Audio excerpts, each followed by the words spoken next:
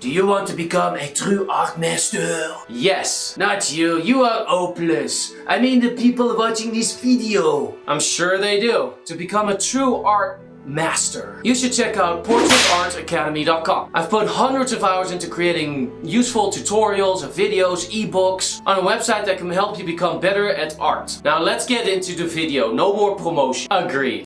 Okay, let's look at some famous paintings and how the painters, the old masters, created space in their drawings by using contrast, composition, overlapping, perspective, etc. So the first painting is probably the most famous painting, or at least in the top 3, which is the Mona Lisa by Leonardo da Vinci.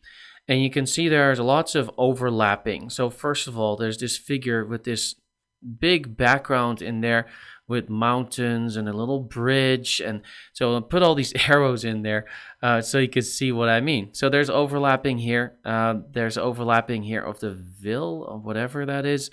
There's overlapping here for the sky and just a lot of going on. The hand right here, see, is overlapping this, and there's a contrast created between the light hand and the dark clothing that she's wearing, and the same thing over here and over here. There's a stark contrast between the two. There's a stark contrast between her and the background. If you squint your eyes, you can see that there's that contrast and that she is definitely the central focus point. Also, there's a big contrast between the hair and the clothing, and on the other hand, the hands and the neck and the face. Basically, all the skin area. The skin, whether that's the face or the throat or the hands, really stands out. And then there's the size. I mean, she's gigantic compared to this little tiny bridge in the back. And then there's a color. Obviously, you can see that this is all brownish. And in the back, you have these colors like blue and green and yellow and brown. And all of them basically create the illusion of space. Then there's the placement.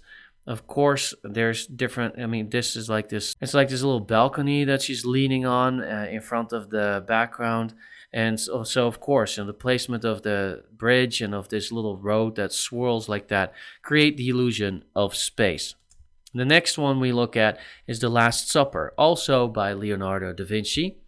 Leonardo da Vinci liked to use a lot of overlapping in this because some of these apostles are in front of others. Even the one that's over here, that I think that is Judas. But anyway, so there's overlapping here, but there's also overlapping in the foreground right here. And there's contrast over there.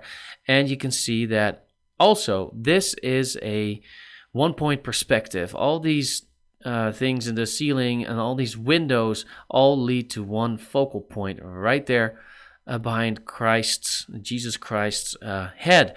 And also there's a stark contrast between all these apostles in the front, and then there's these 3 windows in the back with also blurry, I mean, that's why I put focus there. There's blurriness in this mountainous background, or these Jerusalem hills or wherever. And so there's more details over here and there's less details over there. The placement also makes a big difference.